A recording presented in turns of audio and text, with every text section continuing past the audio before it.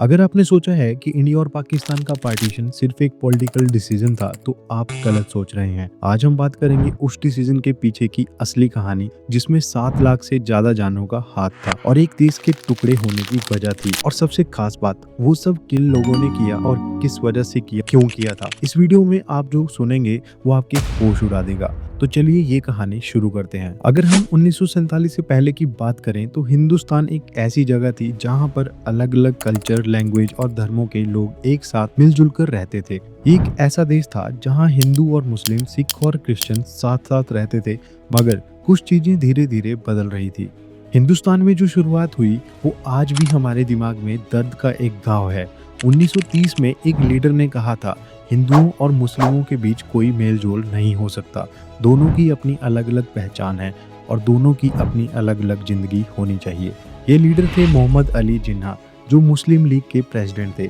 उन्होंने अपनी to nation theory को समझाया, जिसमें उन्होंने कहा कि हिंदू और मुस्लिम दो अलग अलग नेशन हैं जो एक साथ नहीं जी सकते, एक देश में नहीं रह सकते। उन्होंने ये आइडिया दिया कि मुस्लिम के लिए एक अलग देश होना चाहिए, पाकिस्तान। और ये सिर्फ एक सोच नहीं थी, ये एक पॉलिटिकल डिमांड बन गई थी। हिंदुस्तान के दूसरे लीडर जैसे गांधी जी और नेहरू जी चाहते थे कि हम एक सेकुलर इंडिया में रहें मिलजुल कर, लेकिन जिन्ना की डिमांड बढ़ती गई और ब्रिटिशर को ये लगने लगा था कि ये डिवाइड उनके लिए फायदेमंद हो सकता है। ब्रिटिशर का एक पुराना फॉर्मूला था, डिवाइड एंड रूल। उन्होंने हिंदुओं और मुस्लिमों के बीच डिवाइड क्रिएट कर दिया था ताकि उनका कंट्रोल आसान हो। उन्होंने मुस्लिम लीग को ज्यादा सपोर्ट किया और कांग्रेस को इग्नोर किया। ये उनकी पॉलिसी थी, अगर ये डिवाइड बढ़ेगा तो इंडिया पर उनका रूल ज्यादा टाइम तक चलेगा। ऐसे में ब्रिटिशर ने पार्टीशन को अनिवार्य बना दिया। इस डिसीजन ने न सिर्फ एक देश को तोड़ दिया बल्कि पूरा एक समाज भी तोड़ दिया। जब पार्टीशन का अनाउंसमेंट हुआ तो हिंदुओं और मुस्लिमों में एक खास डर था,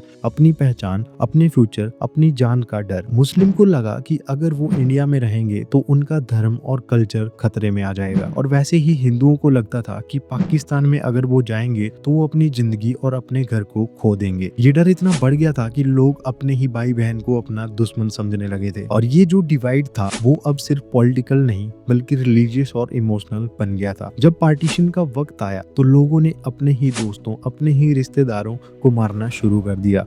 पर ये सब किस वजह से हुआ तो ये समझना जरूरी है। सबसे पहले ये एक अंधा विश्वास करने का नतीजा था। अपने अपने धर्मों के लीडर्स ने अपनी जनता को ये बताया था कि दूसरी कम्युनिटी के लोग आपके लिए डेंजरस है। फिर उन्हीं गलत अफवाहों को ऐसे फैलाया गया सभी में कि अगर तुम पाकिस्तान नहीं जाओगे तो तुम्हें मार दिया जाएगा। ये सुन के सब बहुत गुस्से में आ गए और अपने अपने परिवार के लोगों को बचाने के लिए एक दूसरे की जान के ही कट्टर दुश्मन बन गए। हिंदुओं और मुस्लिमों ने एक दूसरे के परिवार वालों को ही मार दिया और यहीं से एक रिवेंज की साइकिल शुरू हो गई और वो आज भी देखी जा सकती है। पार्टीशन के दौरान ट्रेन के सफर में लोग एक दूसरे पर अटैक कर रहे थे, मानो कि वहाँ पे खून की होली हिली जा रही हो। और मास माइग्रेशन के वक्त जो गजब का वायलेंस हुआ वो देखकर सबने ये सोचा कि अब ये एक जिहाद या रिलीजियस वॉर का हिस्सा बन गया था। कई जगह पर लोकल लीडर ने अपने पॉलिटिकल पावर के लिए वायलेंस को बढ़ावा दिया। उन्होंने अपने धर्म के लोगों को एक दूसरे के खिलाफ उकसाना शुरू किया। जैसे मुस्लिम लीग के लीडर्स ने अपने फॉलोवर को, अपने धर्म के लोगों को ये समझाया कि पाकिस्तान उनका हक है, वैसे ही हिंदू और सिख लीडर्स ने भी अपने अपने लोगों को अपने धर्म और कल्चर को बचाने के लिए